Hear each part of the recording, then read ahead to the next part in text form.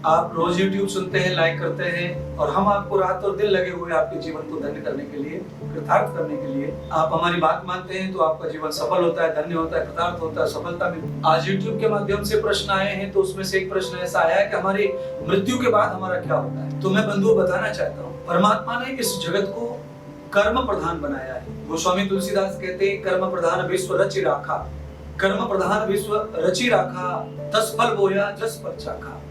अर्थात परमात्मा ने ये संसार को कर्म के आधार पर रचा है। व्यक्ति जैसा कर्म करता है वैसा उससे परिणाम प्राप्त होता है, फल प्राप्त होता है।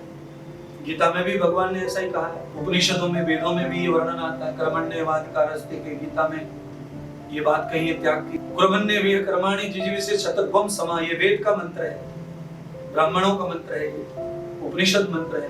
कर्मण्येव कर्माणि जिजीविषे शतत्वं समा, जिजीविषे जीव के कल्याण के लिए। मृत्यु के बाद क्या होता है? तो बंधुओं, मरण के बाद में अधिकांश जन्म ही प्राप्त होता है। मरने के बाद जन्म होता है। और आप समझिए, आपको जूता उतारने में, चप्पल उतारने में जितना टाइम लगता है उतना ही आदमी को मर के जन्म लेने में लगता है, बस। और कर्म के आधार पर जन्म मिलता है, कर्म के आधार पर हमारी व्यवस्थाएं बनी है। जो लोग, हम लोग फिलॉसफी पढ़ते आ रहे, हमारे योग दर्शन से लेके, कपिल दर्शन से लेकर के, सांख्य दर्शन से लेके, वैशेषिक, पूर्व मीमांसा से, वेदांत से लेकर के, कर्म फल, मृत्यु फल का परिणाम बताए हुए, अंदाज बताए हुए। तो हमारे जन्म के और मरण की जो प्रक्रिया है, उसमें मृत्यु के बाद क्या होता है, ये प्रश्न था। तो मृत्यु के बाद तो जन्म ही होता है, और जन्म कर्म के आधार पर ही होता है। मनुष्य का जन्म मनुष्य में बार बार हो सकता है। अगर आपका जन्म सिद्ध है तो आप बार बार जन्म ले सकते हैं, पर मनुष्य की क्वांटिटी और क्वालिटी अलग अलग होती है। मनुष्य के जन्म ऐसे भी दुनिया में है जिनसे तो पशु अच्छे हैं, ऐसा भी जन्म हो सकता है आपका। पशु तुल्य, पशु से भी बेहतर गिरा हुआ जन्म हो सकता है। मनुष्य के रूप में भी लाखों करोड़ों लोग ऐसे जी रहे हैं, तो ऐसा भी जन्म हो सकता है, अच्छा भी हो सकता है।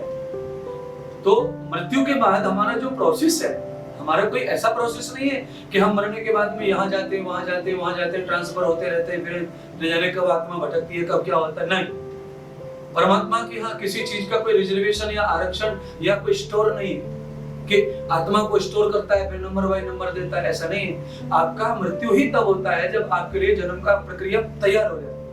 जैसे आप भाड़े का घर बदलते हैं, तो आप भाड़े का घर तो तभी बदलेंगे ना जब पहले भाड़े का घर आप रेडी कर लेंगे, तभी तो पुराना घर छोड़ेंगे। बस यही भगवान कृष्ण कहते हैं। तो मृत्यु के बाद में हमें कर्म का फल आधार पर जन्म ही मिलता है। और कोई व्यक्ति कभी कभी ऐसे उद्देश्य पूरे कर लेता है कि वो मृत्यु के बाद अजन्मा हो जाता है कभी भी, फिर उसे जन्म नहीं लेना पड़ता है, तो उसे मोक्ष आत्मा भी कहते हैं। ऐसी स्थिति भी कभी कभी हो सकती है। बहुत बहुत धन्यवाद।